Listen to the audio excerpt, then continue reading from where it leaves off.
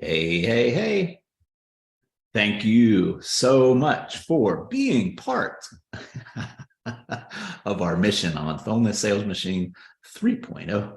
I'm super happy to have you here. I just really want to thank you so much. A lot of people say they want to do stuff, change stuff, and transform in their life. And let's be honest, going from whatever you're doing right now and making a change to and maybe you're on the phone and we're going to get off the phone, or maybe you're doing a lot of chat DMs that are ghosting on you and you want to stop doing that. But anytime you might want to make a change, it can be kind of a challenge. But yet here you are. Here you are with me. We're going to have some fun here. I know everybody hates history lessons, but I think it's going to be really useful for you.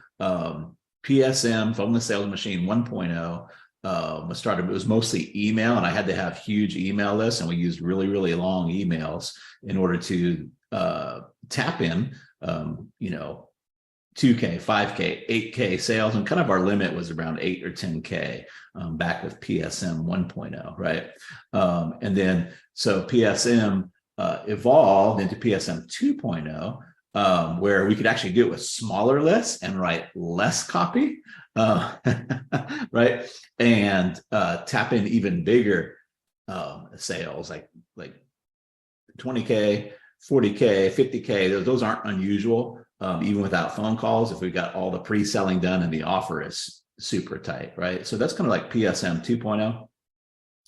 PSM 3.0, taking it even to a different level, we can after we've got the offer dialed in, then we can pull away from actually needing to do some of the questions in between, and we can just drive people straight to the T3, which is the offer. We're going to talk about T1, T2, T3 here really quickly. I do want to say my mission for Phone This Sales Machine 3.0, the way it's going to be laid out, it's very action-based rather than information, and you take it all in base. There's going to be very few videos that you must watch, and more of an action plan underneath that you can go out and do. And then if you need some more in-depth material, I'll put a hyperlink or a place where you can find more in-depth material. That way my people that can just go, right, can do that. And the folks that like a little bit more information, I'll have a link out to doing that, right? But I want to talk about a couple of important things right now. First, what is T1, T2, T3? Just as a refresher, if you're already been along with me on this little journey, or if you're brand new here, what is a T1, T2, T3? So a T1 is a hand raiser, what some people call a lead, right? And a lead means that they've taken some type of action, right? Either raised their hand, commented, replied. And the reason hand raisers, I first did these in live events, right? I would ask people how many of you would consider continuing with me, right? And they would raise their hand, right? Those would be a hand raiser, right? So T1 is a hand raiser. It's very often a post or an email, but it could be a video. I have people that use video T1s, right? To get people to raise their hand saying, I am interested, right? Not necessarily that I'm going to buy, but as an indicator of interest, right? To get people to raise their hand. T2 is a qualifier. T2 is like, we're going to ask them some questions to make sure that we're good fits, right? They're a good fit for what we're doing, but the T2 is also for them to internally say, oh my goodness, this is what I'm looking for. So it's usually where we ask questions, right? And then, and only then, if they're a good fit, will we give them an offer, which is the T3. The T3 is the offer, right? So let me just kind of back it up. Let's say we were we wanted to sell some VIP days, right? Let's say we wanted to sell some VIP days. We would put a T1 out in our either email, our Facebook group, our Twitter, our YouTube, wherever it is, right? We would put out a T1. People would raise their hand, right? We would answer those T1s with a T2, right? Which is basically just a qualifier. Hey, great to see you. Can you tell me a little bit about your situation? Might be a question that we use, right?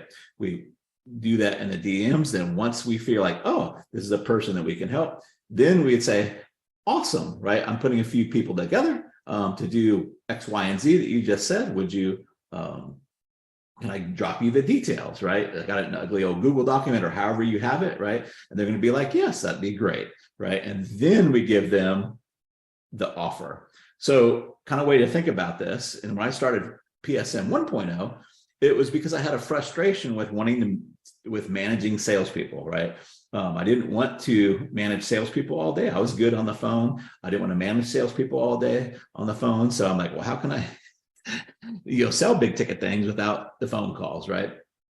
And so the T1 was kind of like sending people to a webinar, right? Or sending people to a VSL, right? And then those people would fill out an application, right? Once they got the application, then we would schedule a call, which would be like the T3. So this is a Pareto principle. It's actually 95-5 now rather than 80-20 of that process, if that makes sense, right? And something it kind of blows people's minds like, well, how are we just going to crunch it all down? That's what we're here for. I'm going to show you that, right? But you want to write those things down and be super familiar with it. If you're not, T1 hand raiser, T2 qualifier, T3 is the offer. So did you write that down? Because we're going to go back and over that. If you don't understand that, you're going to be lost, right? I don't want you to be lost. So big takeaway, pausing for effect here. If you get this, and I don't care if you're running a 6-figure, 7-figure, 8-figure business, most businesses don't get this when it comes to marketing and pre-selling. No marketing guru, including me, has the answers about what you should put in your marketing. Well, Travis, if you don't have the answers, what the heck am I doing here? Right? And who does have the answers, right? Your customer has your answers. Your marketplace has the answers. And so the thing we're going to pound back and forth and back and forth and back and forth with you is we want your market to write your marketing. We want your customers to write your marketing. And this FOMA Sales Machine is the only place that I know of on the planet that we do it the way we do it and get the market to tell us what they want to buy and what their objections are, what they've tried that's not working, right? And that's how we shorten down the process so much. And we get those offers that are so tight. They're just like, oh my God, like, I totally want this, right? Because we let the market do it, right? So one of the things I want to point out is there's folks teaching surveys, and I'm not against surveys at all. I like surveys, but they're about 1/100th as useful as getting a person's feedback when they've got their credit card hanging halfway out. So, like, if a survey, I think that getting somebody's feedback when their wallet's hanging halfway out is worth 1,000 surveys. And this is part of the reason why we can dial it in so fast, because when people take a survey, they tell you what sounds good, right? But when people are considering working with us or paying money or spending time with us, right, that's the most important time that we can pull out what they are really, really buying and what they're really, really fed up with, that they're going to give themselves a way out of that, right? So beneath me here will be the action plan, the start action plan, which is the campaign starter kit. It's already templatized. You need to fill in the blanks and get rolling on it, right? I won't look at any T1s, T2s, or T3s until they have market feedback on them, right? But the campaign starter kit that you see down there has used it, bringing countless tens of millions of dollars, right? But more importantly, it gets out there, it gets people to raise their hands. You start having conversations, and you can start dialing in your offer. If it's a new offer, right, you can dial in a new offer. If it's an offer that you're taking to a new market, you can help dial it in there. If it's an offer that used to be converting really, really well, it's not converting anymore, then we can get brand new insights and messaging to hit those emotional hot buttons, right? And get it to convert even better, right? So I don't want to just go on and on with this video because I know most of my people here are already running businesses and such like that. We just want to get to the good stuff, right? Which is going to be down below. But again, your best marketing, the reason things aren't converting, if they're not converting, is because we're trying to figure out it in our heads, right? We don't want to mentally masturbate on what our marketing should be when the customer or prospect is right there, right? If we send out a T1 and nobody raises their hand, right? Then we know that offer is not going to work, right? So we can actually troubleshoot this in a logical method. If we get a bunch of people that raise their hands and nobody qualifies, right? Then that tells us something. If we get a bunch of people to raise their hands and lots of people are qualifying, but nobody's taking us up on the offer, then we know there's something in the offer, and we can troubleshoot this all the way through and be very methodical with it. At the same time, use psychological buying triggers and be in touch with the buyer psychology and understand our people even better, right? And that's kind of the magic. The old kind of way is the guess, right? And we might go out and do surveys. We might go out and look at customer reviews, and all those can be helpful as starting points, right? But not nearly as powerful as finding that thing, that emotional hot button that's going to just let loose the flood of sales and the Stripe notifications and the PayPal notifications, right?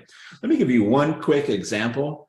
I really want this to come home to you. I work a lot in the real estate space, the real estate education space. I have worked in the real estate education space. And most of the marketers there think the reason people are getting involved in real estate is to make money. And they wouldn't be wrong. But that is not the number one reason. And time after time, and when people have their wallets hanging halfway out, what they really want is three things. And they can be in different order, right? And I'm not saying every single real estate education is going to be like this, but here's what we see time and time again. One, they want something fun and stimulating to do. They want something fun to make money, because most of them were coming off as engineers, coders, some cubicle job, some job that they didn't like very much. And they want to have something fun to do. Secondarily, it's a big one. They want to have something they can do with their family. A lot of fathers, this is me included, a lot of fathers worked a lot. They don't feel like they connected with their kids. And they want to have a way to have a connection with their kids or with their spouse, right? A great example is a gentleman named Joe McCall. He's in the real estate education space, and he's doing land with his son. And that appeals to a lot of people. There's a lot of people doing the land business with their spouses and with their kids because they want a way to connect. Tertiary, thirdly, is the make money part. When you know those other two pieces, though, when you can give bonuses that are like, hey, I'm going to give you a legacy bonus, which means you and your sons or your daughters, right? Or your first member families can also log in too, and you can help coach them, right? And how to buy and sell land or how to wholesale real estate. Man, the sales start flying in. When we just make it about,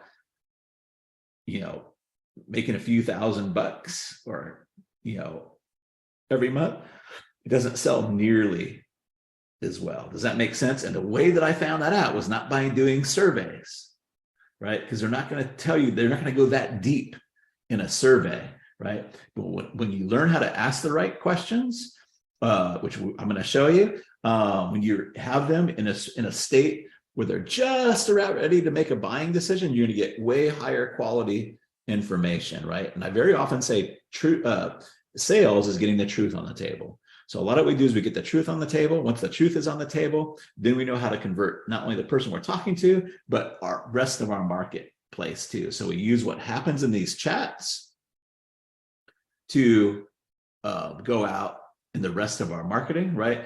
So we want to find something good to say. And this is the first part of the process, right? We're still going to do some tapping. We're still going to do some DMs until we got it dialed in, because we need to find something good to say. Then we're going to say it well, right? We're going to say it better and better, right? Until our conversions are high. Then we're going to say it often. That's when we can pull off of the chat so much. Once we got it dialed in, then we can drive the traffic straight to our offers, right? And we don't have to get so involved in the DMs, right? We might widen that offer hole a little bit too. We'll talk about that to make it even easier to say yes. But we still want to extrapolate from the market itself. What are the buying triggers? What are the emotions they're going after? What is it they're really trying to accomplish? What is the challenge that's stopping them? That's the big thing nobody really sees. We sell on what's the challenge stopping them and help them get a ladder or get a helicopter or whatever that wall is over that, right? And that's where our offer is. We are the ladder. We are the helicopter. We are however they're going to get over that wall, not what's on the other side of the wall necessarily, right?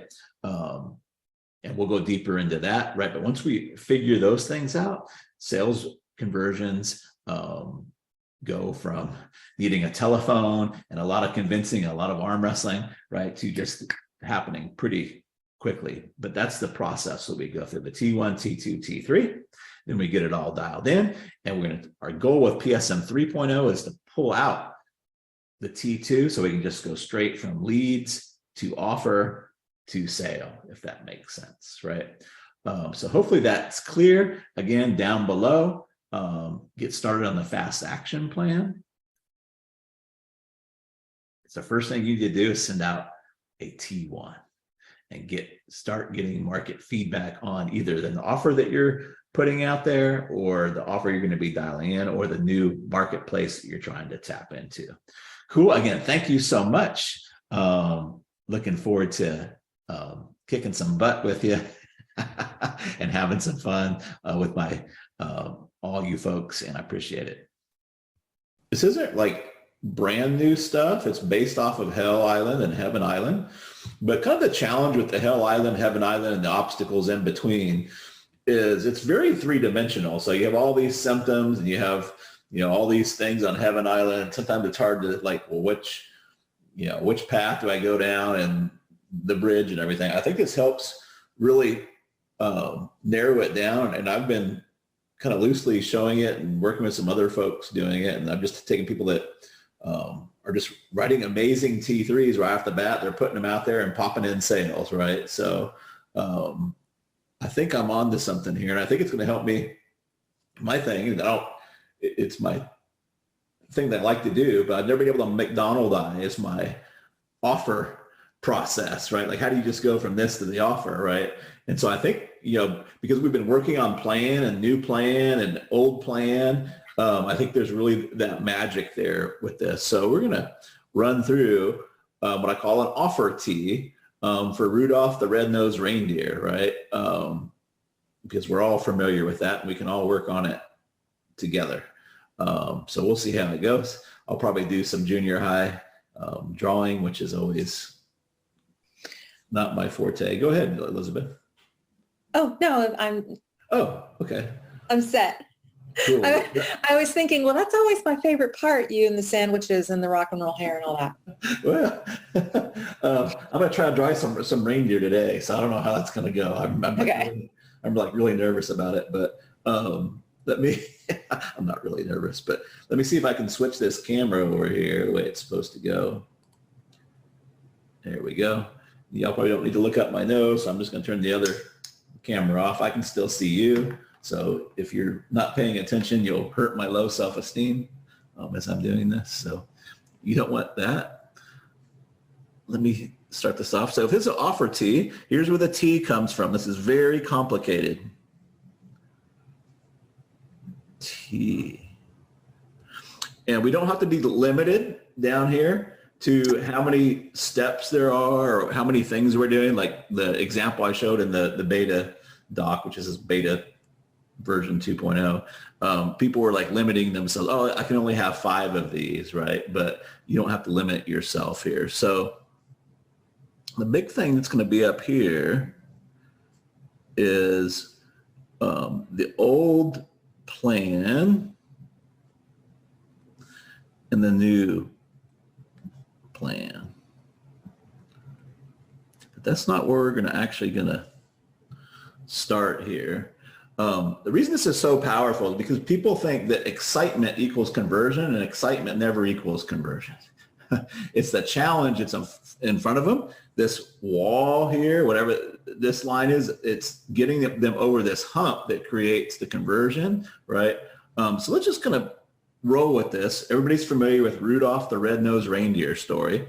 And we're not going to start off with the old plan yet, right? First, we want to start off with, this is hell over here, right? And this is heaven. So what kind of things, starts with an S, do we have on Hell Island that we normally look for? Symptoms. Symptoms. What are symptoms of Hell Island? For this one, we can brainstorm a few, but we're going to pick one symptom. The Rudolph story is pretty simple. Yeah, here's Grayson. He's got some help today. He's got a little help on this tapping today. But what is the symptom? Remember that symptom is something you can see, hear, feel, taste, or touch, right? Or a combination of those. But what's Rudolph's symptom in the, let's go with the movie. If you remember the whole movie, or just the song here will probably work for that. I brought some brainstorm sheets. We'll kind of try to keep this a little bit clean, but what are some, what's the main symptom for Rudolph in the song? Had a very shiny nose. He did. He had a shiny nose. We made fun of him. Yeah. Made fun of him. Wouldn't let him play with other reindeer games. No reindeer games, right? No reindeer games.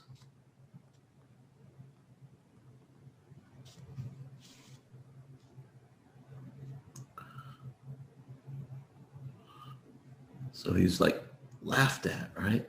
Remember, one of the things we want to do, unless we just really like to do a lot of writing, right, is try to get really clear, could we draw this out, right?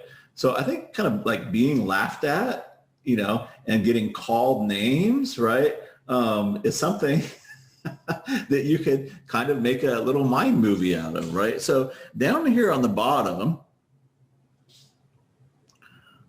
we're going to have at least one symptom of Hell Island, right? But this one is probably going to be, I don't know if you guys can see. Yeah, you can. So here we go. Little stick reindeer, right? Little stick reindeer. Dun, dun, dun. And they're going to be like, ha ha!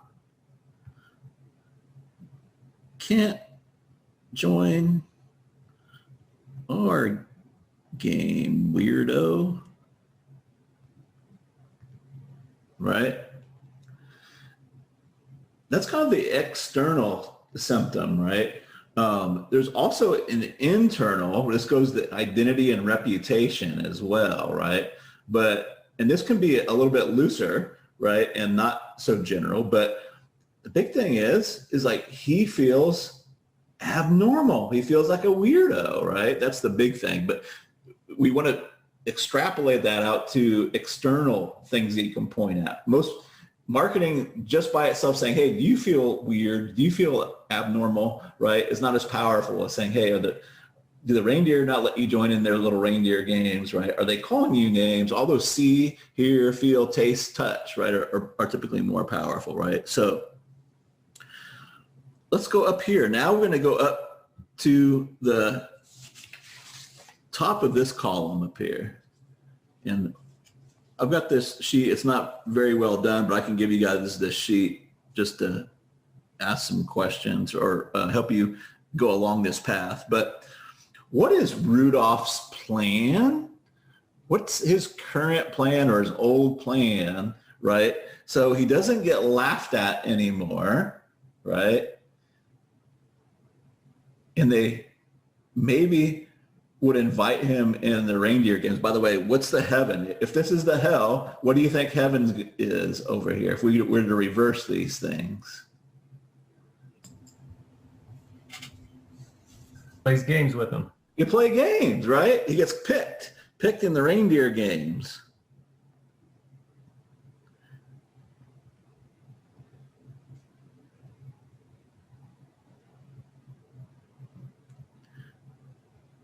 They stop calling him names.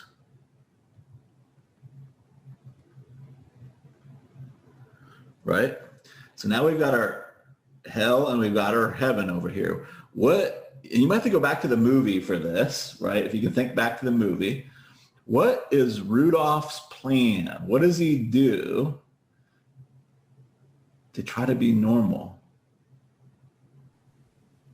Covered up his nose, didn't he? That's right. He covered up his nose with mud, right? So his plan is covering his nose.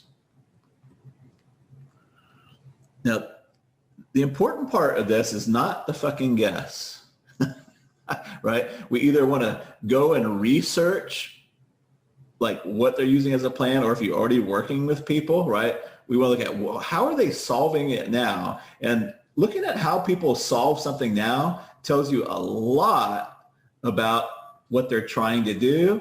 And it tells you a lot about the assumptions that they're making, right? And we only stay stuck in problems because we're making a false assumption somewhere, right? We can't just say, oh, dumbass reindeer, it's Rudolph, like you're making false assumption, right? But so he covers his nose, right? So we can look at some of these questions here. Here's a biggie. What don't they like about the current plan? What don't they like about the current plan? What does Rudolph not like about the current plan?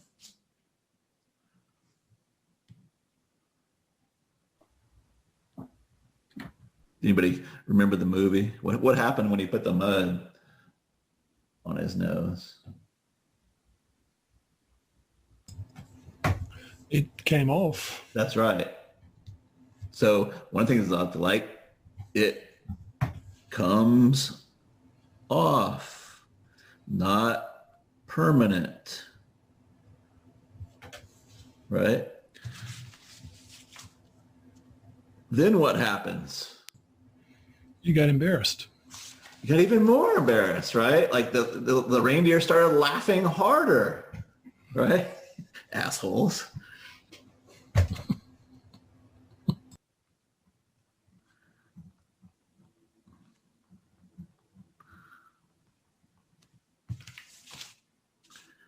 And you can take this down a couple loops, right? But you can do it, then what happens, or what causes more things that they don't like, right? What we're doing here in the 5 Ps is we're exploring the cost of keeping their problem and their current plan. Remember the 5 Ps? So all these, I'm going to show you, all this is going to cover the 5 Ps, right? So reindeer laugh even harder. What happens after that? And this, they didn't go that deep in the movie, so, right? Does it become more secure or less secure? Less secure, right? Now, there's a good point. This is a little bit advanced stuff, but if you can attach a name to it, right, to what happens because they're using the plan, like it's super powerful. Like I did a post kind of based off of this called the smorgasbord effect. Cramming 2 years of content in an 8-week course, right? And so that's kind of the plan. We take it down. This becomes like the smorgasbord effect right here, right? Something they can see like, oh, okay. But we could call, he just becomes more insecure, right? He tried to cover up his nose. It doesn't last, right? It falls off. They laugh more at him. and then he becomes even more secure. So the insecurity spiral or whatever, I don't know if that's a good name, but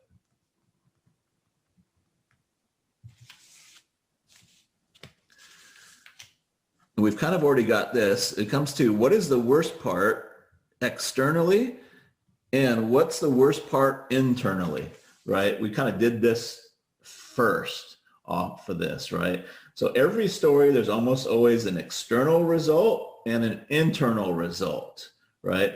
But now we've kind of got this mapped out, right?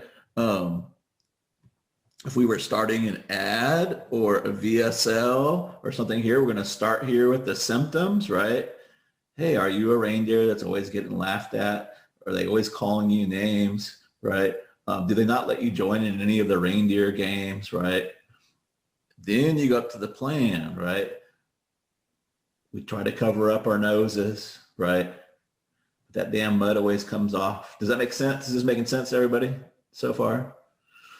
So what is the assumption? And here's where the big epiphany and the new plan, but what is the assumption that Rudolph is making about his shiny red nose? That he has to hide it? Yeah, he's got to hide it, or we'll just put assumption up here. That it's bad. Stand out. That's right, Bob, that it's bad. Yeah. And it's always in this assumption. Sometimes 180 degree reversed from it. Sometimes a little bit different, right? But what happens one foggy Christmas day? What happens in the story there? What does Santa come and say? Asks him to guide his sleigh. That's right. He asks him to guide his sleigh, which is not really the plan, right? But inherent in that or inferred in that, what's Thank the God. new belief? You can use assumption? your nose is good. You can use it for something. That's right. Your Everybody nose else is can't. good. Your nose is useful.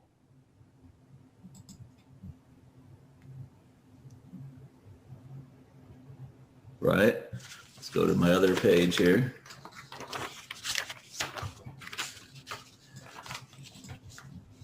This part on the new plan, when you come up with a new plan, it works way better. I've seen people lose hundreds of thousands, if not millions of dollars by making this new plan have to be something you have to change internally to yourself. So even if it is something internal, if you can bring it outside of yourself or turn it into a character that you can fight against, right? But if you just say, like in one example, like the one plan was willpower, that's internal. These hormones are external, right? They are internal to your body, but you can you feel like you have more control, especially if you name them, right? Herman the hungry hormone, right? If we can just get these hormones not to be so hungry anymore, right? Then they don't have to rely on this willpower, if that makes sense. So we want to make the change external if we can, or painless or effortless from an internal changing standpoint, right? If you tell a guy he's got to change all of his, habits and inside, and he's got to be, he's got to stop being a wuss and being more of a man. Or if you tell a woman she's got to change herself to help a relationship, you're not going to convert nearly as much as if you give her some words to say, right? Or that's why everybody's so into hacks and stuff, right? I'm not saying not to ever take it deeper than that, but in cold ads or first dates, we want to be very tactical, right? But the new plan is your nose is useful, right? What do they like about the plan, right? This becomes like a positive spiral. What do they like about the plan? They get to guide the sleigh, right? All the reindeer won't let them join in their fucking reindeer games. And Santa says, hey, why don't you be the leader of the game today, right? Why don't you play in my game, right? And then you can take this up several levels here, right? What happens when he gets to guide the sleigh? What happens at that point? The positive up spiral. Everybody wanted to be his friend. That's right. Everybody wants to be his friend. I'm thinking like too, he saves Christmas for millions of little boys and girls. Or billions. In the song, what did it say? All the reindeer shouted his name with glee, right? That's the exact opposite of being called names, right? Shouted his name with glee.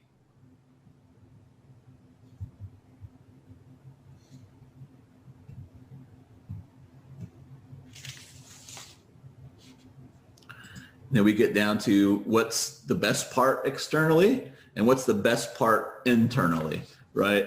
We kind of talked about that. He gets picked in the reindeer games. They stop calling him names. Now in the song, he goes down in history. That's the internal, right?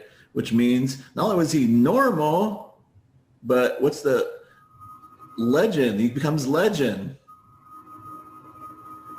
right? Isn't that a big thing from how I feel abnormal to now I feel normal and now I'm a legend? Holy crap, right? Does that make sense? So if you look at this now, this almost writes your whole T3 in your campaign, right? You start out with the symptom. What's the plan they've been using? What's happening with that plan? Why does it get worse and worse, right? What's the assumption that they're making, right? And then what is the new plan, right? This is where conversion starts to happen. But let me rub some fucking shiny off of this. In the song, does Rudolph give Santa any lip? He's just like, no. Okay, Santa, I will guide your sleigh, right? This is not like this in the real world, though, right? If we change stories, right? Let's go to Star Wars, right? We got Luke Skywalker, who's the good guy in the story. Who's the bad? Who's good? Who represents evil in the story? It's the finger pointy part of evil. No Star Wars fans here? Darth Vader. Darth Vader. He's the finger pointy part of evil, right? The assumption Luke has is like, oh, I'm not very powerful. I'm not very good, right? I'm just a farm boy, right? What am I supposed to do against the powerful Darth Vader and all this evil empire, right? So what's his assumption? He's not very powerful, right? Then Obi-Wan Kenobi comes in and has a very simple plan based off of another assumption, right? But what's Obi-Wan Kenobi's simple plan for Luke to beat the evil empire? It's 3 words. Use the Force. Use the Force. Now, here's where it's a little bit more like real life. Luke just didn't say, well, thanks, Obi-Wan. I'm ready to go down and kick Darth Vader's ass now. And I'm going to go down that corridor on the Death Star and turn off my computer. I don't even need the computers. I'm just going to blow up the whole day. No, he doesn't do that. He questions. He's like, I don't know about this Force thing. And trust me, this is what your prospect's going to do with your plan, right? So what we want to do at this point is we want to root out objections or what they might not like about this new plan, where they might not be sure about this new plan, right? Most of Star Wars, or a lot of Star Wars, is about him learning about the Force, right? With the blindfold and the lightsaber and the orb, right? In the 1977 movie, the original one I saw first, right? The climax is him using the Force to blow up the Death Star. He's got to turn off the computers, and he just has to go based off of his own internal wisdom, right? Which is actually a sub moral to the story, right? To use your internal wisdom and to use your wisdom to trust yourself, right? Is kind of what using the Force is, right? But let's pretend for a minute, and again, this is better if you research it, right? Or this is why I love tapping so much, or because we can start to develop what are their objections to this new plan.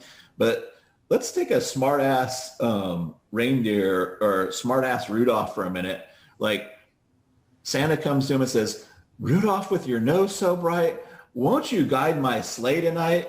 And then Rudolph's like, I don't know about that. Like, what would be something that might be a challenge for him? What did they do over here? They made,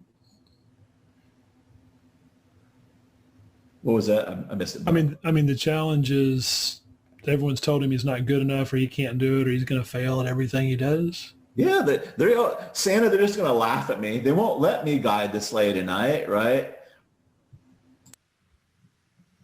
They won't let me, whatever these are. But you see, this starts to become part of your campaign, right? Part of your, if it's an email campaign or if it's in your game plan, you want to put these inside of your game plan, right?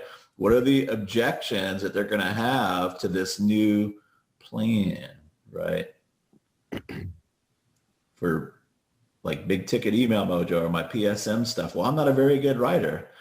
Well, you're in the right spot because this is for people that can't write very well. We write at 6th grade level, right? Matter of fact, if you write too well, it actually hurts you. The longer your words are, the more college level sounding they are, the less my shit works, right? What we're good at is just using simple concepts and metaphors, right? And selling big ticket stuff without the phone calls, right? So we want to come up with what are all these objections to the new plan, right? Very often when I'm either chatting or having a sales call with somebody, right, it follows this same thing. Hey, what's the problem? I go deeper until they're like talking about something they can see, hear, feel, taste, or touch. How are you solving it now? I'm doing this. What's that do? It's doing this, this, and this. And the problem is usually getting worse, right? Because they're making a false assumption up here, right? I usually transition to, after I say, is this something you want to fix now or a sooner thing or a later thing? No, it's a sooner thing. Well, here would be my plan for you, right? And then here's what's going to happen, right? As we do that plan. Until we finally get to the ultimate identity and reputation. Does that make sense?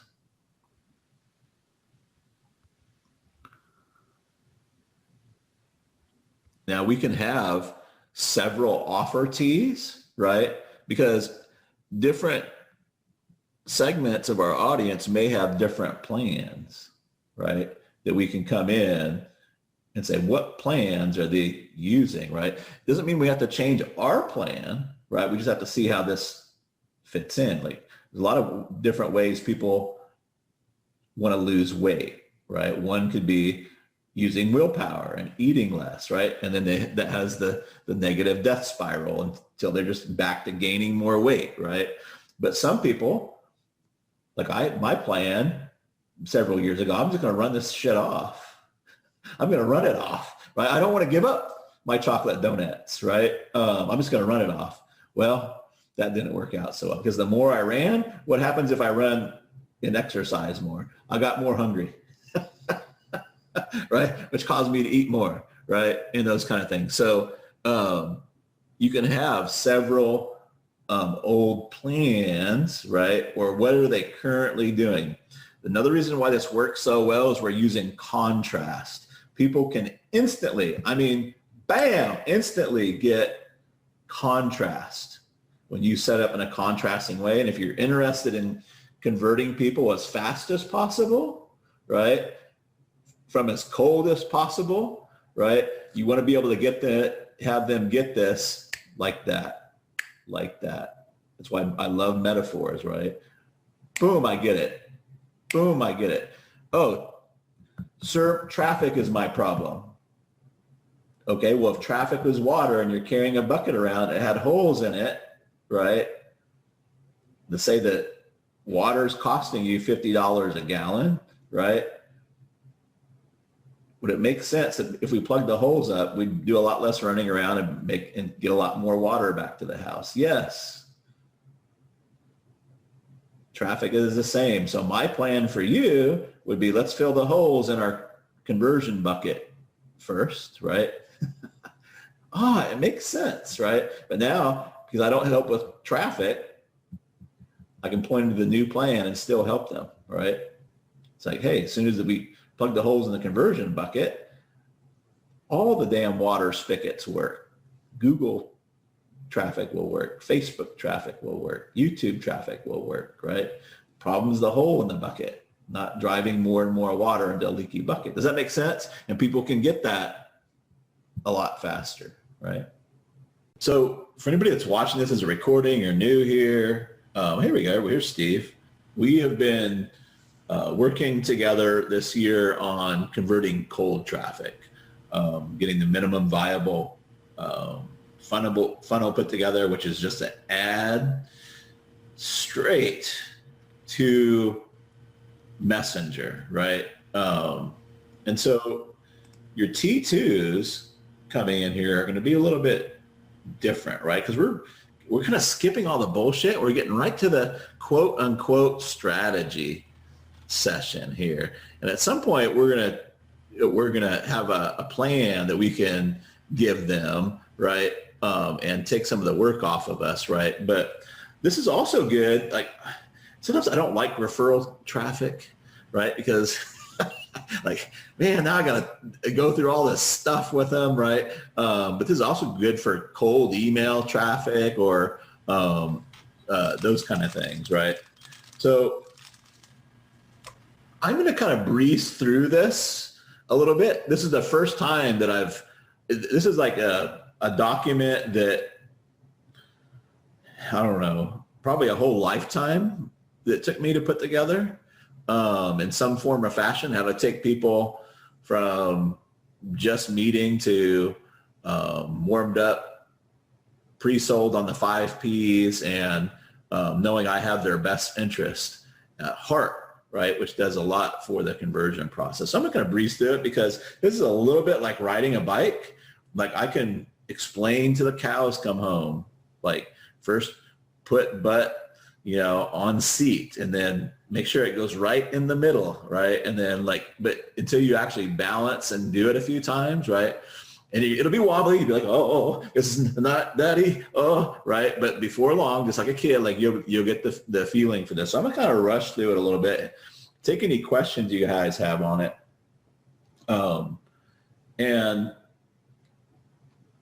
Again, this is gonna be a little special one. I'm gonna try to leave room at the end for Q&A and stuff like that, right? But we're gonna try to focus on this. And if we have to, just ask more questions in the group this week. This is really a key part of understanding any conversion and what happens on this. So I'm going to shut up and just get to it. This is the extended, I used to call this extended T2. It's the same kind of format. I used to go abbreviated on my phone calls as part of that on my phone calls when I used to do my checkpoint sales system. But the big mindset, there's thousands of people who need your help. They do you do the choosing. There are nice ways to communicate this. If they seem jerky, and every part in here has a checkpoint. And so you don't continue on unless you get through the checkpoint. And there's little red areas for the checkpoints, right? But at any point that you feel like this person just, excuse my language, is a dick, politely extricate yourself. This is a fantastic, I really think that I qualify people better over Messenger because than I do on the phone sometimes. Now, sometimes I can get a feeling, I can see their personality and those kind of things, right? But get rid of them. There's 3 main focuses when we're tapping, especially cold. We want to make it a safe environment for them to put the truth on the table. Everything around this is, how do we get the truth on the table? Our truth and their truth, right? We want to make it safe to do this. We do this by nurturing and making it okay to say no.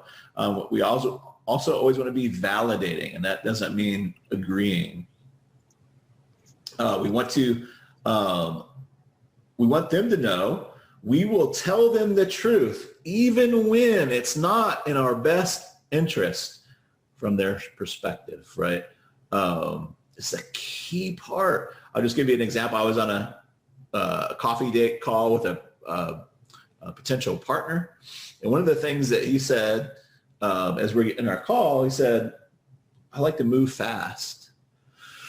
So when it got to the right point, there's almost always a point when I'm doing my partner calls, I'll say, hey, let me be okay if I tell you about the bad parts about working with me. He's like, yeah, it kind of always takes a while, First thing is, like, I have a concern. I'm going to show you this languaging later on. I have a concern. If you like to move fast, this old Southern boy doesn't do anything fast. Now, if I make a deadline, I'm going to be there, right? And I do believe in keeping agreements, but I don't do anything fast. Is that going to be a problem, right? It's like, no, but the whole tone of the conversation changed then, right? Because he like, not going to bullshit him, right? So it's really, really key. And then we're trying to figure out if our offer or our new plan fits or does not fit the situation, right? They can't know this about us talking about our offer or our product, though. We must find out what they feel the problem pain is, how they've been trying to solve it, their current plan, what it's costing them to keep the problem, then agree what the real problem is that they want to solve now, and finally how the plan is going to solve the real core problem and all the bad side effects they've been dealing with for X amount of time. So this whole document, this is kind of the overview of what we're trying to get to. They warm up. We go from cold to warm when they get the insight into the real problem and they see how their new plan, how our new plan is going to help them when nothing else has up to this point. So in all my graphic design geniusness, you'll see these little things here. So this is where we start, like cold, right? In each phase, there's a little flame, another flame to warm it up, and each is a checkpoint. We need to ask them really super simple warm-up questions. It's questions they don't have to think about at the very beginning, right? Put your personality in there. Why do you think I say, Travis, hi, darn good to see you. I'm Travis, a Southern boy with a Southern name, right? Why would I say something like that? Anybody want to take a gander? Personal. They get to know you. You're human. You're relatable. Yeah, especially in today where everybody's using bots, right? But yeah, I just let them know a little bit of my personality. Now, is everybody going to be excited about a Southern boy? No, right? And that's okay. But if they're going to come into my program, right, or something like that, right, like they need to know that I'm a goof, right? Junior high sense of humor, all those kind of things, right? But ask them a really simple question. I'm curious, what business are you in? If they don't know what business they're in at the top of their hat, like something's wrong, right? Then you can kind of play around with them a little bit. If they say, I coach women and help them lose weight, I bet that's a good biz right now with the Quarantine 15 and such, right? Laugh out loud, lots of need right now, but my target market are stretching their budget. Okay. This is just to warm it up just a teeny bit, right? Here's the checkpoint. If they feel like assholes, politely end the chat here. Like, right? And you're going to have a couple assholes, depending on how much traffic you're driving, right? Don't hang on. Just politely say, hey, I'm not, maybe you're driving down the road or something like that, but I'm not feeling we're going to make a good peanut butter and jelly sandwich. However you would say it, right? Like, it doesn't sound like my my jam's going to mix with your peanut butter or whatever, however you want to say it. Like, again, have fun with this, right? Even if they're me, I'm taking a bunch of phone calls, right? Mad phone calls in my land business because we lowball them, right? So they're calling me up all mad. Like, this land's worth 100,000. Like, don't ever mail me again. Right? Right? And I'm just like, hey, like, I'm a brand new land investor. I didn't mean to make you mad. I'm just telling you what I can do in my budget, Like, if I want to make somebody mad, I can go downstairs and like get my wife really pissed off at me really easy, right? And then they laugh. Like, I hope you can forgive me. I probably screwed this all up. Oh, no, you did it, right? So that's just a mad response, right? Because I did something, right? But, maybe if they're still like upset, then I'm just like, okay, thanks. I'll take you off the list, right? And I'm done, right? But their mood doesn't need to affect my mood.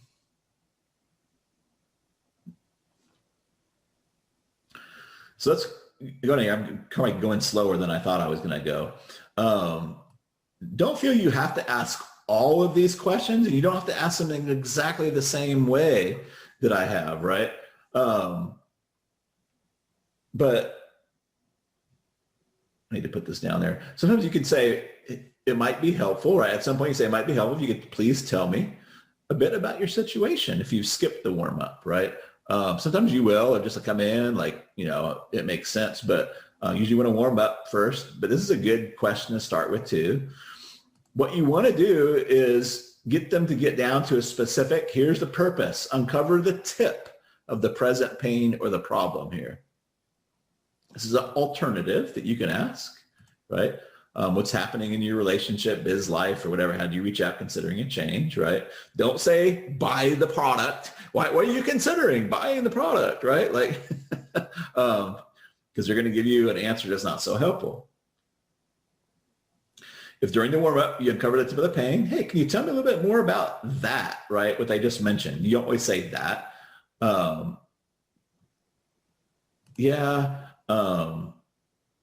I just can't seem to make Facebook ads work for me anymore. Oh, I see.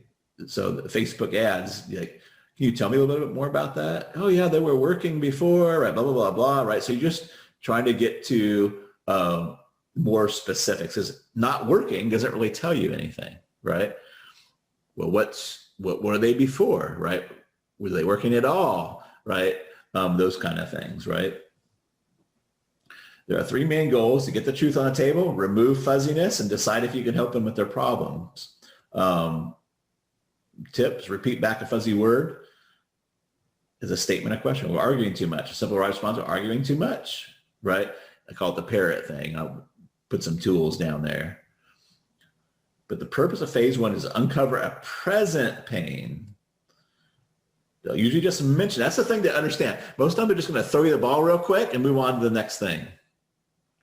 Hey, we're just really looking for some cheaper traffic. And if you just say, oh, I can help you there, right? You've lost it, right? You just dropped the ball, right?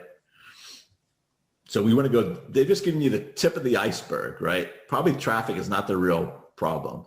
This whole thing, what we do with Insight, the warm up, is because people don't have the problem that they think that they have. It's always the tip of the iceberg, right? Otherwise they wouldn't have the problem anymore. So what we're trying to do is get down deeper and find out what the real problem is, and then unveil that real problem, get agreement on that, because that's going to open them up to the new plan. If that doesn't happen, we just jump. This is what most people do. Oh, they give you a little symptom and you're like, oh, well, that's good. You're in the right place. I can help you with that, right? And it just doesn't work, right? It's like they don't trust you. They like, that's why they stay cold.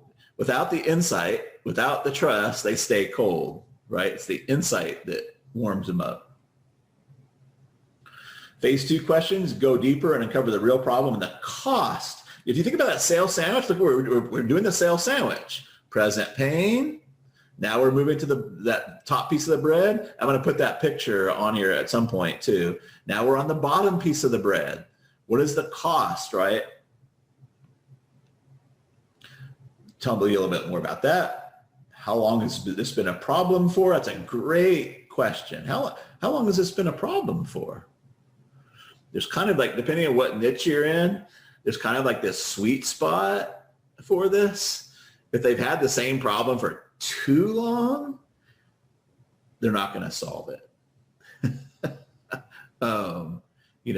If a woman is, I don't know why I always pick on, let's put a man. If a man's 60 years old, right, and he can't keep a job and he can't keep a woman, right, and it's been like that for the last, for 40 years, he's probably not going to solve it with you. Let him go. Right. I learned this in the relationship niche, right? If they've been broken up and they're still pining for their ex, after 10 years, their cuckoos are crazies, right? Like there's a certain window in there where it's going to make sense to do it, right? It's going to be different for everybody, right? But how long has this been a problem for? It gets them to think about the weight of the problem. Now, I've just interspersed, these are really tools, but this is the correct place to do it. You don't have to ask every one of these questions, right? But by asking these questions, you take them deeper into hell. And by asking these questions, you're looking at heaven, right? I'll typically take them down here, and then I'll give them some back and forth and relief. So, if they say, well, I really just, I'm just riffing here, but I want somebody to share my life with. Like I'm tired of having a big success and nobody to share it with, right? That's kind of a hell thing, right? So I would just go deeper, what would that allow you to do, right? That was going to take them to a positive place, right? What's the worst part of not having somebody to share? It's going to take them to a darker place, right? There's no dark and light are not good or bad, right? They're just tools, right? But we want to get a sense of what is this costing them, right? Not to have this problem solved. Does that make sense? Give me a thumbs up, thumbs down if we're doing good. Awesome. Again, you don't have to ask all these questions. I just wanted to have you guys have these here so you can have them at your fingertips, right, as you're getting used to this. How much of these questions do you drill down to? Well, it's like flipping a pancake, right? Like if you flip it too hard, it ends up on the ceiling. If you don't flip it hard enough, it just kind of mushes over on itself. It's kind of like if you're selling a $5,000 thing, you want to get it to where it's got like a, a $25,000, $50,000 kind of like price tag on it. Maybe not just in monetary value, but in time, energy, those kind of things, where it's going to make sense. If it doesn't make sense, like if they say, I use this example all the time, like, I just want to learn how to write emails more better.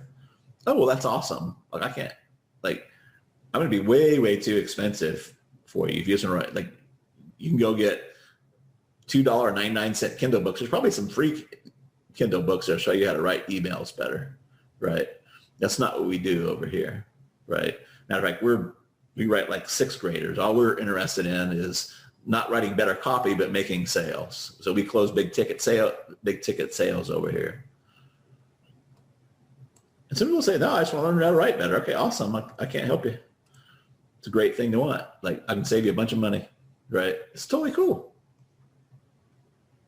So you want to go with these until you've got that bread, right? That cost part. What is it costing them to have this problem, at least to where it's going to make sense, right? And then we look at what have they done to try and fix it or resolve it. So this is what they've done. And why hasn't it worked? Because this is their current plan. Right? Sometimes it might be nothing. Like we haven't really done anything. We said know what to do, right? So sometimes the thing is nothing, right? And nothing is the plan, right? Until that fire is licking ever so gently up on their buttocks right? And it gets to a point where they have to do something, which is probably why they're on the chat with you, right? So that's a big thing to remember too, is like, if somebody's on a chat with you or on the phone, more than likely you are their best option at that moment. It's just something to realize, right? Because if their stuff was working, right, they probably wouldn't be on there with you. But you want to find out what stops them from getting what they want. This could be what stops them preferably now, but they may have had to take it to the past, right? So it's more powerful to say what's stopping you right now rather than to go into a story about their childhood, right?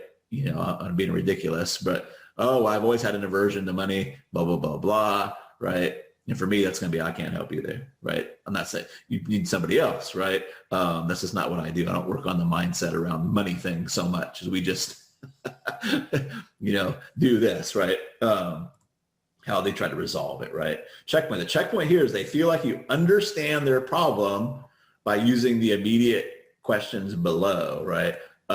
So here's kind of like, here's where we go. Once you feel like you start to understand where they're at, and you can paraphrase it anytime, you say something like this. So what you really want is blank, blank, and blank without blank. You don't need all these blanks in there, right?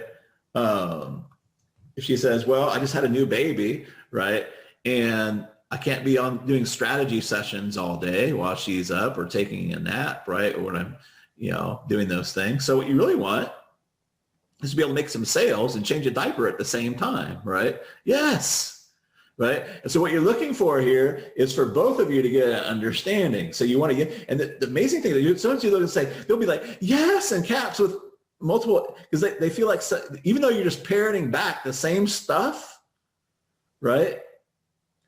You're like, holy cow. Now, I love what Bob did. I'm going to steal his question. I'm going to give him credit for it. But Bob says, hey, is that a yes or a yes, right? Because I can't see you, right? So I like that one, right?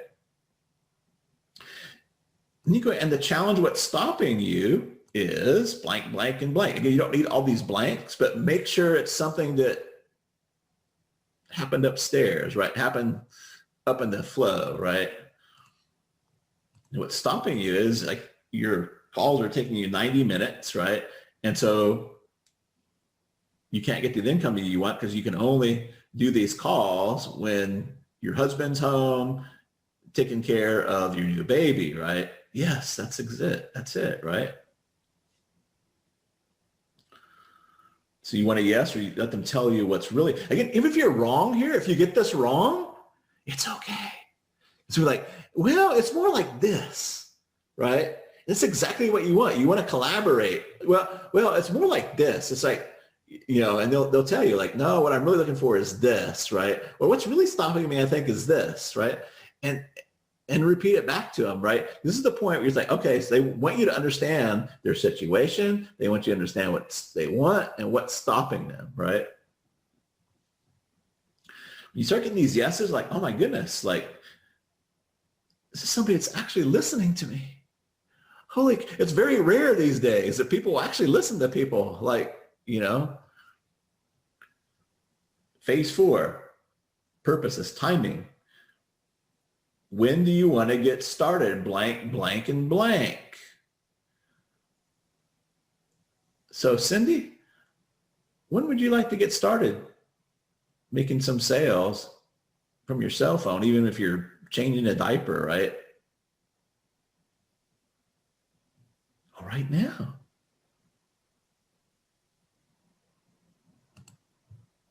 If it's a later thing, then we need to either end the call or in the tap, right? Or, okay, that's great. Is there anything about this that you're wanting to fix now? And if there's not, don't continue on, right? That's awesome. It sounds like we don't have any situation right now that's really that urgent for you to take care of. What might be helpful is if I put you in my group, right? Until you are ready, or whatever it is, right? And then they can save it if they want to. Well, you know, here's the thing, right? And you'll get that. Well, here's the thing, or whatever it is, right? Sometimes they'll press you for the information. Sometimes people just want to get the information. They want to see your funnel. I get that all the time. Like we just had one that, and you can tell by the wording sometimes, hey, I want to see, whatever it is, right? We just had that one the other day. All he was looking for was, what's this thing look like? Here's some alternatives. This one works great. Is this a sooner kind of thing or a later kind of thing for you? Is this a priority for you? You can also follow up with how so. Yeah, I got to get this done. Oh, you seem pretty clear on that. Why now, right? Because now you're going to get maybe even deeper what they're really, really buying, right? Past that checkpoint you want to know. So here's where we start doing the plan, the meat, right? Typically it's good whether you're doing tapping or on the phone or just coaching, even if you're paid, right? I forget this sometimes, but it's always good to get permission to give advice, right? So you can say, okay, mind if I weigh in on your situation, or would it be helpful if I share how we solved, fix, remove this problem without blank, right? Would it be helpful for you if I shared how we're tapping in sales or making sales with a Google document, right? And just asking a few questions over text. Sure, that'd be great, right? So here's the transition. Use all kind of ways you can transition, right? But you're not alone. We see this situation a lot, whatever the situation is. Folks try and solve it by blank, blank, and blank, but the real issue is blank. So they never end up solving and they keep on blank. What we found the real problem is blank, right? Is that too blanky for you guys? Does that make sense? Like you guys can fill in the blanks? Okay. So you can say it different ways, right? But this is kind of where you want to have the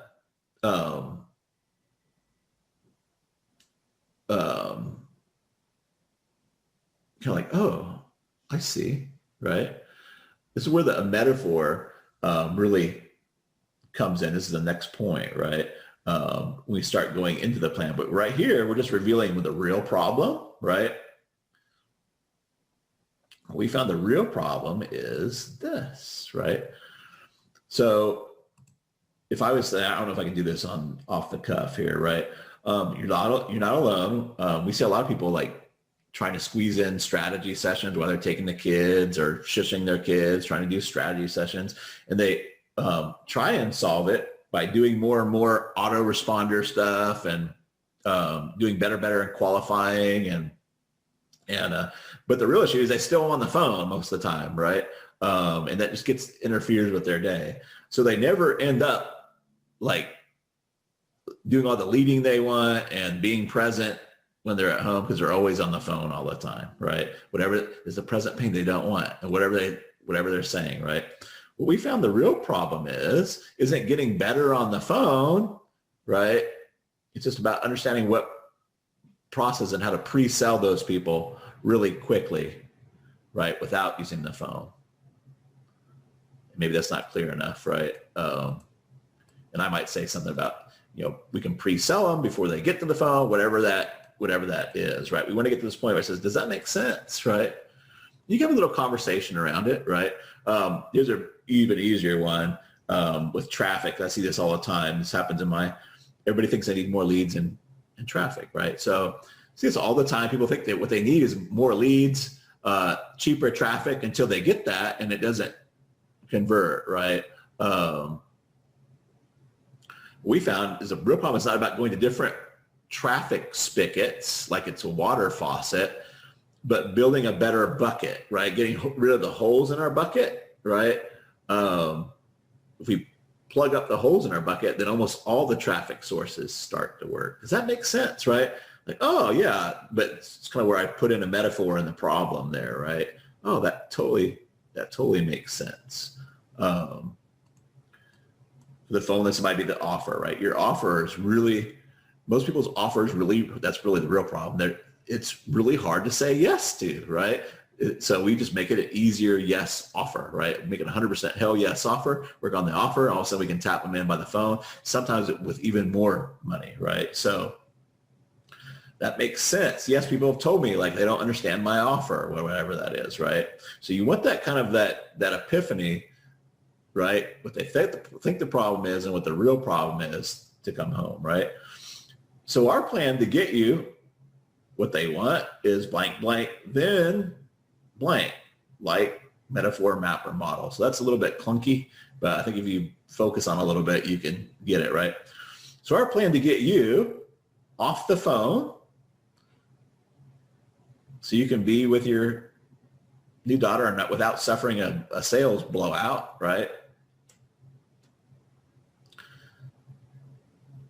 Is to work on your offer. It's kind of like on a golf course, right? If you're trying to make a shot, right, into a little tiny hole on top of a hill, it's going to take a lot of shots and it's going to take a lot of effort. So we remove the hill, open up your hole, open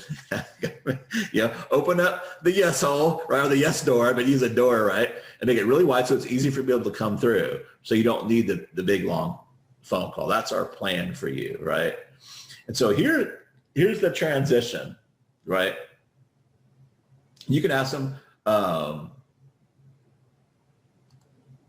what they think about the plan or what have you here too. But so you can go two different ways right here. You can T1 for the plan, which a lot of you guys don't have the plan yet because we're doing the we're doing the minimum viable funnel, right? But it might be helpful if I lay out the plan we use to help folks solve your exact issues. I've put it in a simple Google Doc video. Would you like to see that? Right? So this would be like you're not inviting him into your program yet. You're going to expand on, right, that plan that you laid out for them, right? It can be Netflix wall. It can be simple as a document. It can be a little video. It can be a little map metaphor or whatever, right? That they can kind of look at it and see it and say, oh man, this makes sense to me, right? Because you want them pre-sold on the plan.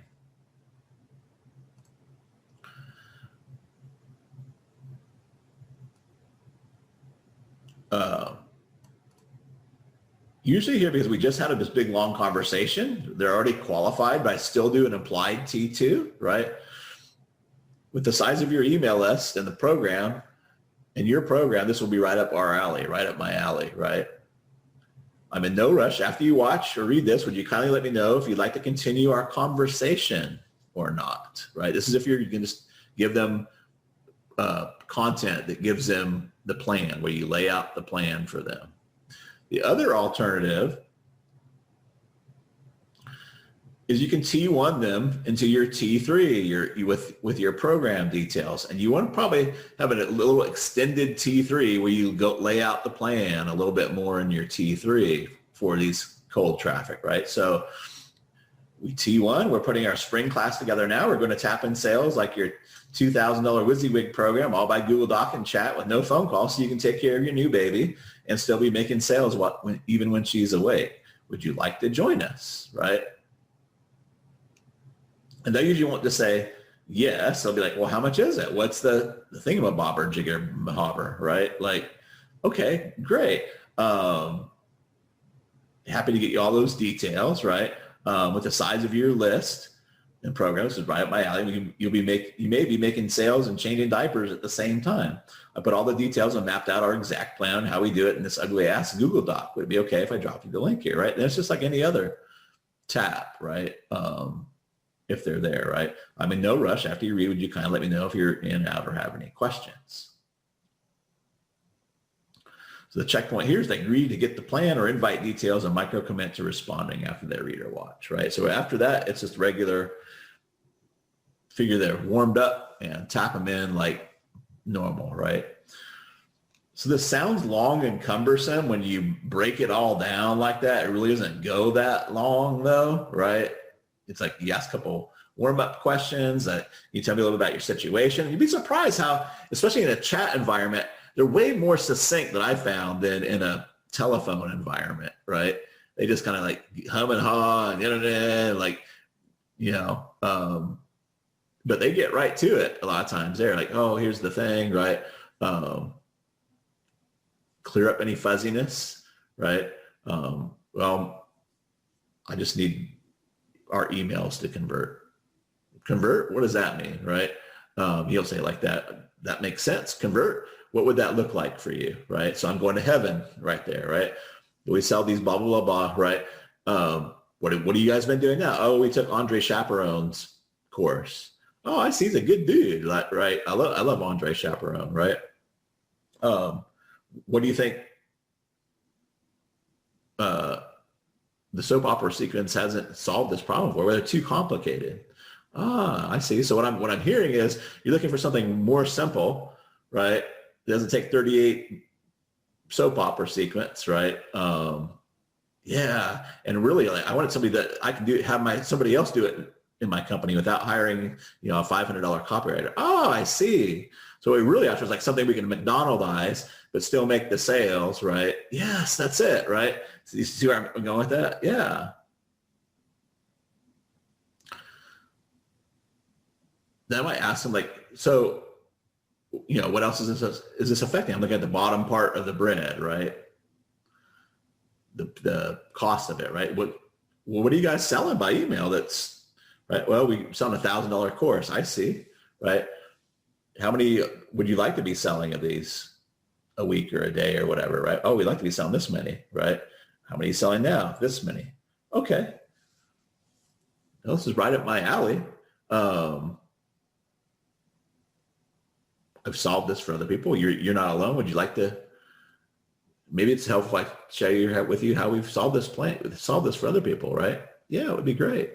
So the real problem, I think, that they just need to write fancier emails and fancier copy, right? But the more they make, longer the emails they make, the less sales they make. Oh my God, that's exactly right, right? You see, it doesn't have to be that long, right? I'm not going to go through the whole thing, but it doesn't take that long. You just try, what is the real problem? That's what we're trying to get to. What's the cost of it? What are they doing to solve it now, right? No, here's why you're not solving it. Oh, okay. And then lead them onto your plan. Or if you think they're close enough to the hole, right, just go ahead and give them your invite if you got that. Usually by the time you got past this, if they said they want to do something about it now, they're about 50% of the way there. You're going to close at about 50% of the time. You get the present pain, right? And they want to solve it now, you're typically going to do that, right? After they've got through the plan, if they come back after seeing the plan or you describing the plan, like you're going to close those like 80% of the time after the plan. So the big thing is going to be some of the things we're going to talk about here. Guys, if this is all you take away from this, you'll make a fortune. I've used this in my phone sales. I use it in my copy. One of the things that people are looking for is this dude or dudette going to be honest with me and tell me if this is a good fit or not, right? This is kind of where you help them try on the plan for a fit. Like you try on a pair of shoes, right? Or, right? Like if you have to pound those feet into the shoe, right? You can't say, oh, that's a good fit, right? That's a nice snug fit, right? They're not going to trust a damn word out of your mouth, right? After that point, right? So you want to help them try this on. And I've seen this over and over. Someone go from cold on the fence to open, warm, and ready for oh, here's somebody finally that's going to be real with me, right? I see it happen like almost every day. I had it when I'd say, hey, like, let me tell you what the pain in the ass shit about working with me. They're like, what the fuck? What the hell? Right? Like, and I just kind of lay it out for them, right? But here's a really simple framework and it works super powerfully. I've got a concern. Then you state the concern and you ask for them to weigh in. So I've given you a couple examples. We'll expand on this here, right? I've got a concern. You're already working 70 hours a week. Do you think it's realistic to find space on your schedule to make this change? and make it okay for them to say no. Like, hey, let's just talk about it. Let's have a frank discussion. Like I usually say when we run up, I call it a yellow light situation. Let's have a frank discussion about, you got a lot of things going on in your life, right? I do the kitchen remodel all the time. It's like, it's going to get messy, right? I don't know any good way to remodel the kitchen and not keep everything clean. And, so it's not my place to tell you where this should be on your priority list, but let's have a frank discussion before we move forward anymore. If this is going to be realistic for you, right? Those are the moments that everything turns, and you can put these in there anywhere you start to feel a yellow light, right?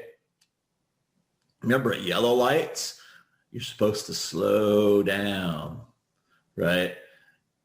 Not press on the gas. Right. And I hope you make it, right. Sometimes that works at a yellow light, right. But in sales, you really want to slow down when you get this moment, right. And one of two things will happen. Either the truth is going to get put on the table. They're going to be like, oh, I'm glad you brought that up. Like, wow, that really is something, maybe I'm not going to be able to do this. And that's great. You'd much rather know that now, right? Then after they come in the program, right? And now you got to deal with their 70-hour work week schedule and like, I just can't find time to do it. A lot of times what happens though, you'll see the whole conversation change. Like, and they'll save it themselves. Like, yeah, you're right. I am working a lot of hours, but this is really important to me. I'm going to block this off, right? Or something like that, right? Here's another simple example, real life example. I can't remember if it was in Singapore, but someplace far away. I've got a concern. You live in Singapore. That means our calls will be like at midnight your time. I wouldn't even wake up for me at midnight. Is this going to work for you? It won't hurt my feelings if it doesn't. Right? It's like, and I've had people go both ways on this. I had a guy from Dubai say, yeah, I ain't doing that. Right? Cool. That's awesome. Right? And that guy from Dubai did buy another program from me later on. He's like, as soon as we have something that's not at midnight, I'm going to buy it from you. I'm like, cool. Because you earn their trust at that point, right? But I've also had people say, like, yeah, dude, like I'm going to set my alarm. This is important to me. I really, really want to do this. But they save it themselves, right? So you can use these trust builders anywhere in that process, right? I'm not saying make up places to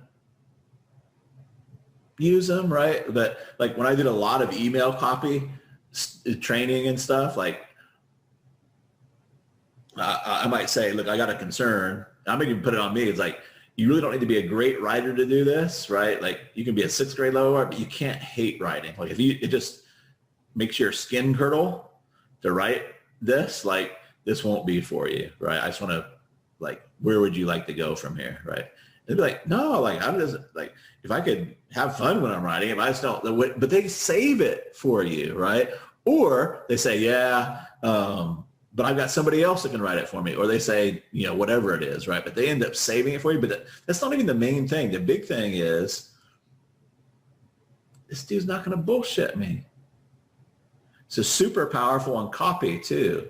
I did a post today where I got real hypey and I dialed it back. I said like,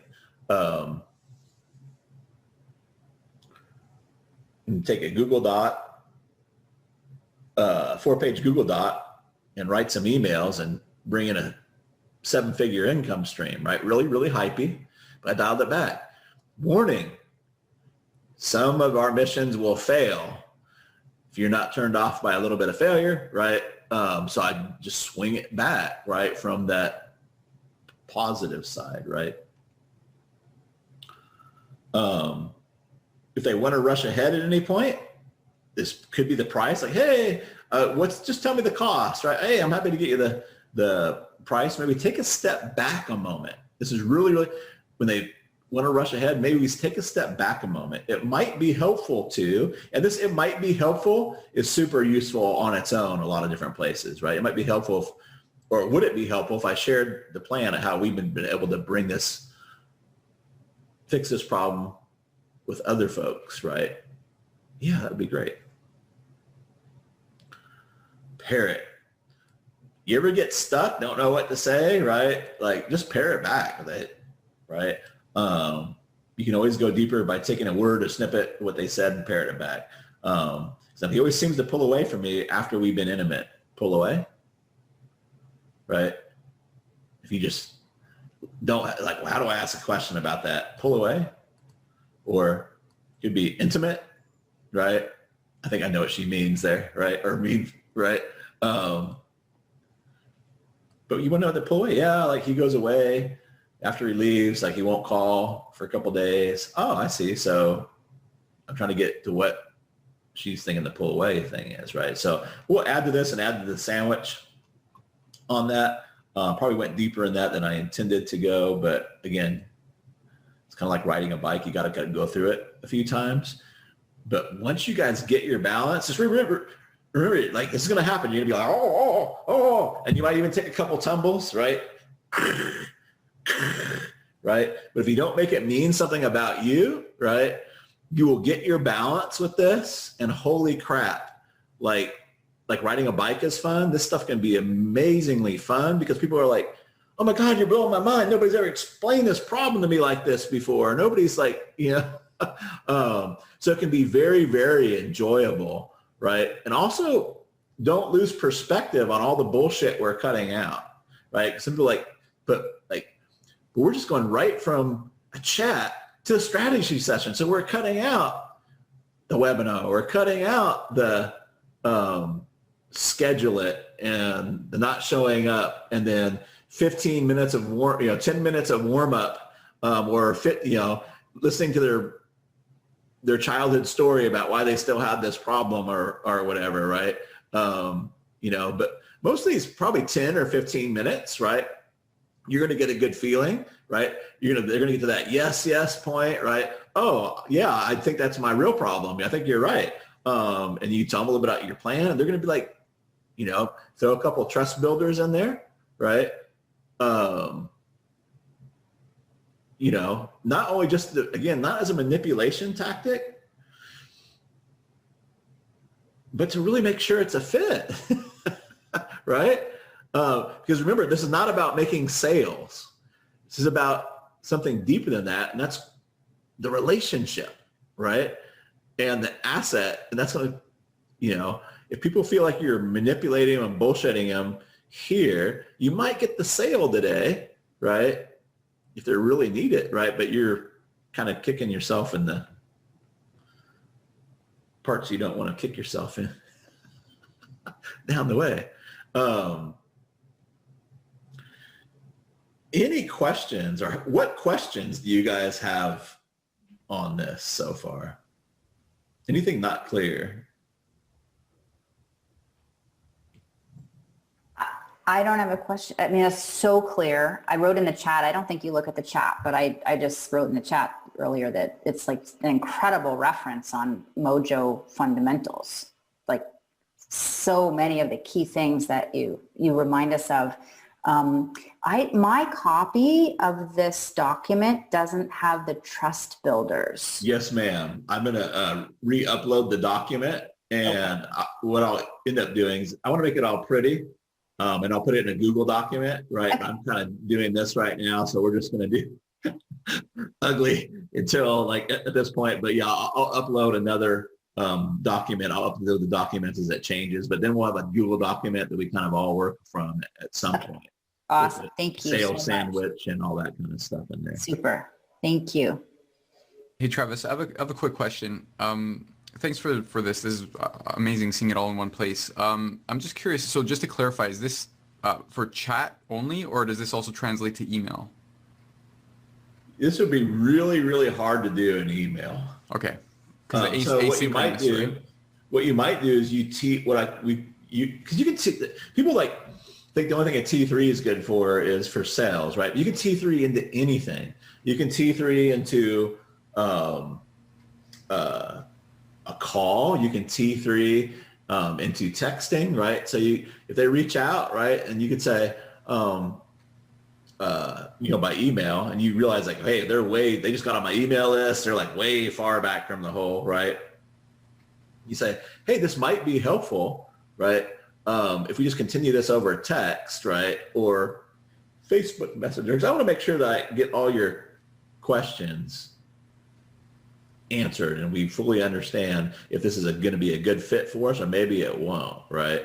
Would it be okay if we just took this to text or messenger, right? Yeah, awesome. That'd be great. That's the invitation part. We're inviting them to text or messenger, right? We're giving them the opportunity to say no, right? Perfect, right? Then with implied T2, I think this would be a much better suited for us to do that. Here's the link, right, where we can continue the chat. Are you free now, right? Yes, I am, or whatever it is, right? Perfect. Awesome. Thank you. Yeah, it would be way too long to do in a T3. If you know there's going to be colder taps, you can actually give them your Facebook Messenger link, and it works pretty awesome, right? And then go right in there or whatever. If you're using Avocado, you can have them text you or whatever you want to do. Avocado, I never heard of that before. That's well, whatever service is like that where you can text them from your screen, or you can actually use your phone too, right? But you can just T1 them right into that, right? Works really well. Perfect. Awesome. Thank you. Good question. Travis, may I ask a question? You sure can. Thank you, sir. So for the minimum viable funnel, we T1 with an ad, communicate with them via Messenger, which is this extended T2. Yeah. And then as we go from ice cubes to flaming hot, then we can start the T1 process for the actual invite to the program, right? Which was that this is what we do. Would you like to join us? And then the link to the T3. Am I following? That's right. Kind of? Yes. Okay. So minimum viable funnel ad that goes to Messenger. You're going to use an extended T2, and then you're going to have a short T3 already written, understanding that as you get more data, you're probably going to expand that T3, right? But as it gets more dialed in, you're going to probably, and it's not going to be the same for everybody. Like you might do just fine with a T3 that's extended, just has the plan in it, right? But now getting beyond the minimum viable funnel, you'll probably T3 them into the plan where they watch a short video or go to a Netflix wall where they get more about the plan. And you just say, if it makes sense to talk after you watch this or continue our conversation, then just reach back out, right? Does that make sense? But yeah, the minimum viable tapping funnel for cold, add to Messenger to T3, right? Is what you're going to do on that, right? And you're going to get it dialed in, right? That's kind of what you're doing at first, right? The more dialed in it is, the less T2 you're going to kind of do, and more you're going to lean on the plan to do the work for you, right? Later on, right? But right, some of you guys know your niches better than others, right? Or those kind of things, right? So it's going to be a little bit different for everybody, but that's kind of the basics. Awesome. Thank you. Thank you. Just to give you a kind of really interesting thing that happened this weekend, I did what I call a reverse referral post. I think I posted it in your group too. Ended up with 9 or 10 connections.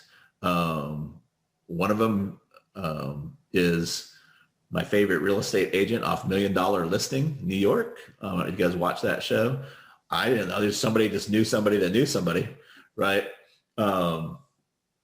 But people are pretty horrible at doing introductions. So like there's no context there, right? So I'm going to stop sharing my screen because I want to share all the details on that. But let me show you.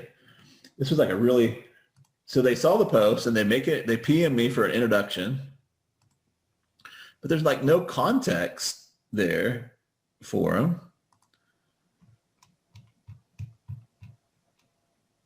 So, hey, Travis, meet William. He and his team run the sales for blah, blah, blah, blah. I showed your offer and they're potentially open to discuss. Please continue the conversation without me. So we did show them the discussion, right? But some of the people didn't, right? So, and again, I haven't met this dude. I'm just like, good morning. What fun. I love blah, blah, blah, blah, and blah, blah, blah. I don't know if we'd make a good sandwich together. So what am I doing? Trust building statement.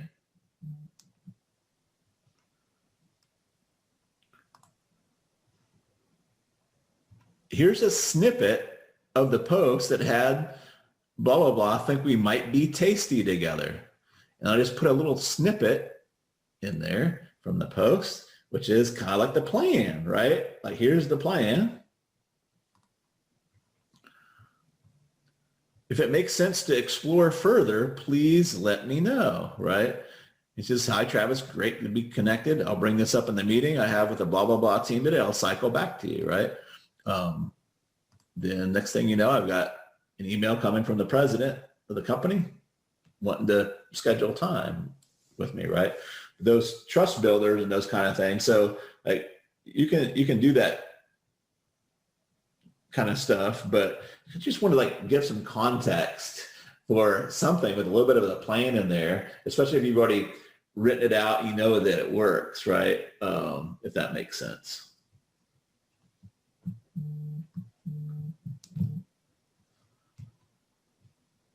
Cool. What other questions you guys have? I can put my doc back up if you need me to. So this may go outside of the doc itself, but I'm okay with that. okay. I want to make sure. Ski guard. Dude, I'll go where you want to go. I'm obviously I've seen the doc. I totally dig it, and it is. It's this all this amalgamation of Mojoisms. They've already said it's brought into one sweet document. The T1 is kind of an interesting piece of it, and I'm sure you're probably going to maybe do something completely separate on that. But like I remember I don't think it was this group though. It might have been the other group where there was the Facebook Mojo where we learned how to do ads, like a Facebook ad, and I love that framework, and I've always used that for any stuff that I've used. Symptomatic. Yep. Yeah. Mm-hmm. So it's kind of like, I know in some of these people, like some of our businesses, we've already got existing people. So cold traffic is going to be ads. It's not going to be driving from a Facebook group, or maybe it's from somebody else's Facebook group that's promoting or something like that, right? Could be cold traffic that way. Yeah. And that could be really ideal. Absolutely. Yeah. So I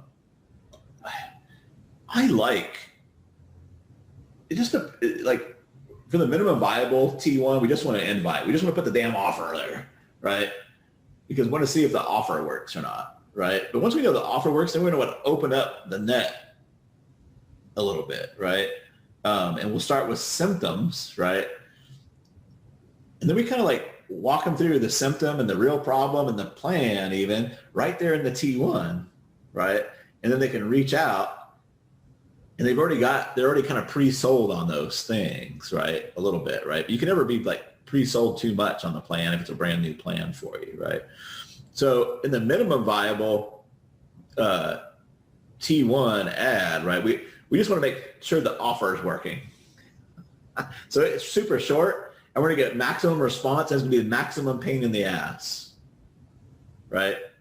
Because we're not going to be pre-sold on shit. So our chats are going to be longer, all that stuff, right? So, but we're troubleshooting this, right? Hey, is the offer working, right? Or is it going to go to sales? And then we're going to try to remove the energy cost for us by making the T1 longer, right? Let them go through more of the T1 with the specific symptom, right? So when they reach out, they get the details, they're going to be more pre-sold, right, on that stuff. And our chats will be shorter, right? Like, oh yeah, I loved what you were saying about blah, blah, blah, blah, right? That's totally my problem. Yeah, like, right? And so they'll won't be coming in exactly ice cubes anymore, right? They'll might be have like at least a flame or two flames already coming in there, right? But yes, if you're writing a post like in somebody else's Facebook group and you're going to send them to chat, right? And your offer's already kind of dialed in and everything, I would probably use a longer T1 where you kind of sell them on the 5 Ps of personality, philosophy, present pain, the plan and the price, right? Because if you're posting this in a 40,000 person Facebook group, right, you don't want 300 cold taps to do. Like, oh, fuck. Now I gotta do, right? Like, you're gonna be tapping all day, right? So you're gonna want to like squelch it or throttle it a little bit, right? And let people deselect as you kind of go out there. Is that helpful, Tony? So like everything's a tool. You just want to look at what am I trying to do with the tool and where am I trying to do it, right?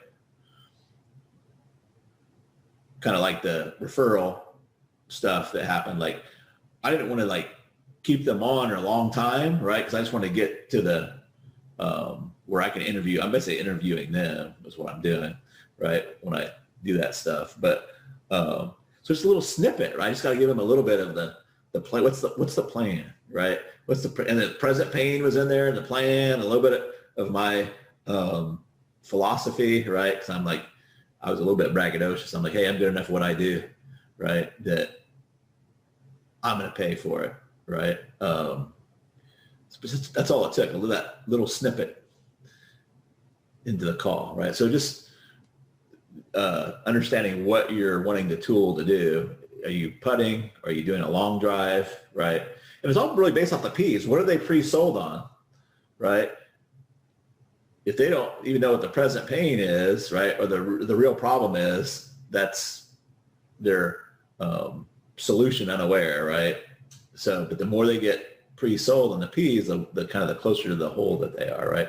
The big thing is now, like, can I get this person to understand my problem? Can they explain it better than I do, right? They don't have to think that in their head, right? Because as soon as you can explain their problem better than they can explain it, they're like, holy crap, right? And is this person going to be honest with me? Can I trust this person? Or like the big things, and is this really going to be a fit for me, right? It's kind of where we're at. But like, I like long copy to pre-sell and throttle people out. So that's cool. We're doing is instead of using a webinar or a 30-minute VSL or whatever, we're just parading it out. We're not telling them hey, I once was broke too, or whatever it was, right? All that. We can weave it in between there, the personality in between there, but now they're coming to us pre-sold faster, right? Just for clarity, I might have shared this with you guys before, but Kevin Hutto, who's like does $20,000 retainers a month on Facebook ads for drug rehab clinics and stuff like that. Apparently that's a really good niche to be into, helping super rich people get off their drug problems. But like they move from webinars to long form ad copy. And I can't remember the exact numbers, but it was like drastic difference in lead costs, and the people that had money were reaching out, but like they would get hundreds of, and they would just skip the webinar and just have them fill out an application, right? But what they wanted to do is they wanted to cherry pick the applications. So they would just like, they wouldn't even contact most of them, right? They would just they were getting so many applications, they would just cherry pick it, right? But people that have more money than time don't want to sit through all that. And they're readers sometimes, right? Like not every, like if you're trying this with a teen population, or, I'm not saying that's necessarily going to be the right tool, right? You might want to take them to a video or something like that, right? But it'd be more of a video T1, right? On that with a chat button underneath it or something like that, right? But again, right tool, but yeah, pre-sell them longer copy, right? And you just kind of play with it, right? Like, are we getting the amount of chats that we need, and how warm are they coming, on those kind of things. But ideally you want them to come more pre-sold, right? But if you dilute your offer in a long T1, then you don't know, you can't troubleshoot it, right? You don't know if it's the lead up or something in there, right? So that's why I'm just go with the offer, right? Here's what we're going to do, right? We're going to get you off the phone, close with Google Documents and text, right? Would you like to join us, right? And they're not going to be pre-sold at all. They're just going to like the idea, right? And then you can build it as you go. Yeah, I hear what you're saying. I think, yeah, as you know, what we've been doing is doing the webinar thing, right?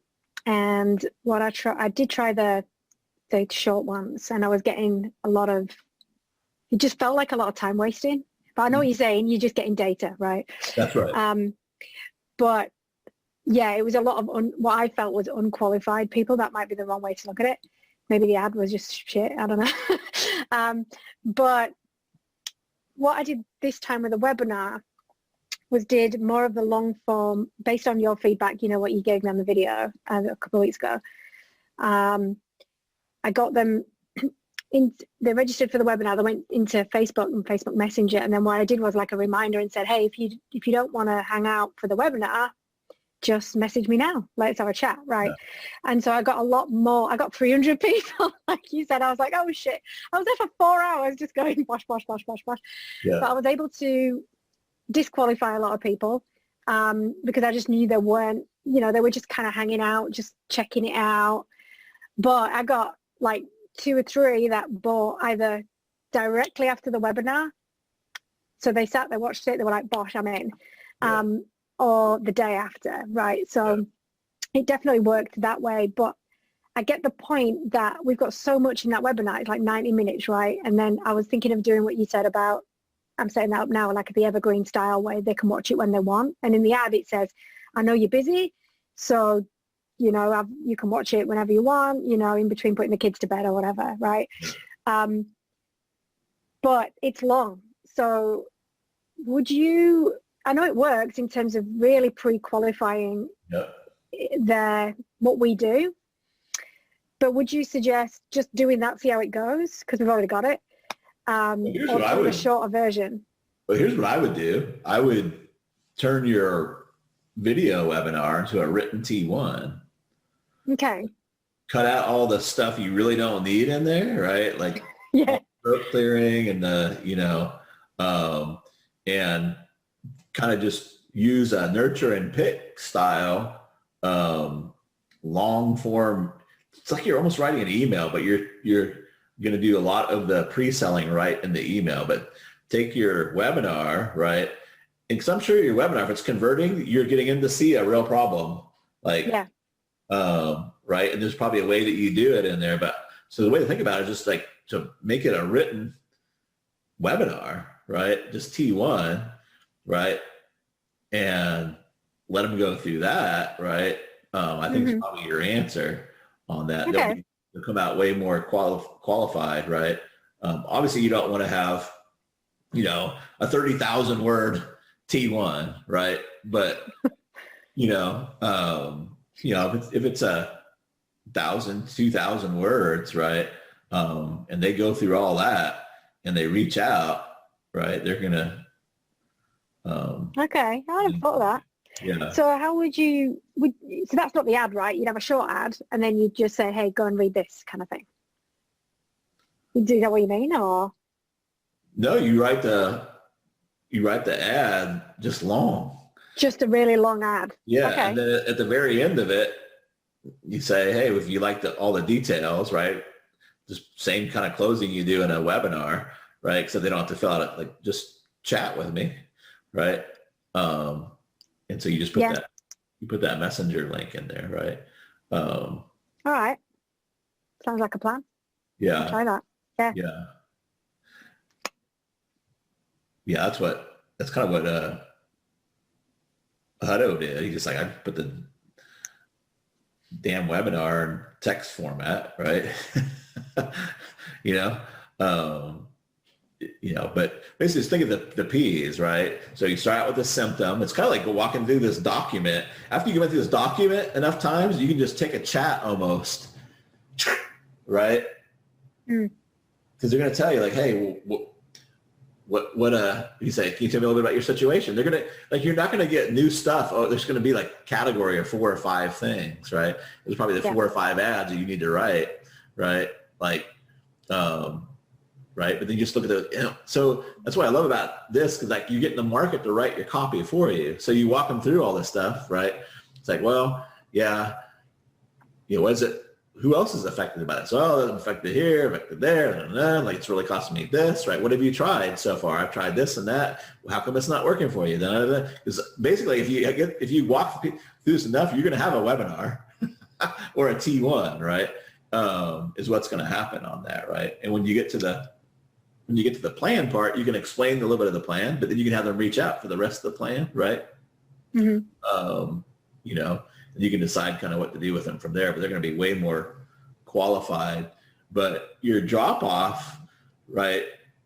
Like, crush on and you still have the webinar. Like if they come to you like, hey, I didn't have time to read all that. Like, hey, no problem. Like I just wanted I skimmed it or whatever. Like then you could say, hey, would you rather see this in video format, right? Or do whatever you want to do and still put that in there if you want to and let them watch it on their own. But I think what's going to be the breakthrough for you is a long form T1, right? We used to sell like by email all the time, like big ticket email mojo, right? We would sell $6,000, $10,000 things, right? Just by putting in we don't do them that long anymore because we don't send them to a order form anymore. We do the tapping. So the T3 is like, but we used to like almost put the whole damn thing right in the first email, right?